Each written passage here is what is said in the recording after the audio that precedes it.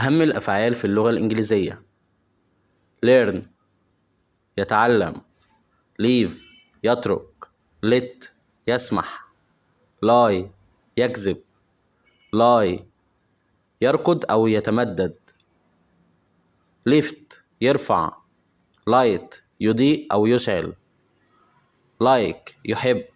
تعالوا نقولهم بالتصريفات: learn learn it learn it، leave left left، let lie lied lied، lie lay lain، lift lifted lifted، light lit lit، like liked liked.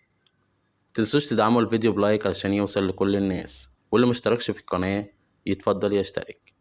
شكرا جزيلا. Thank you so much.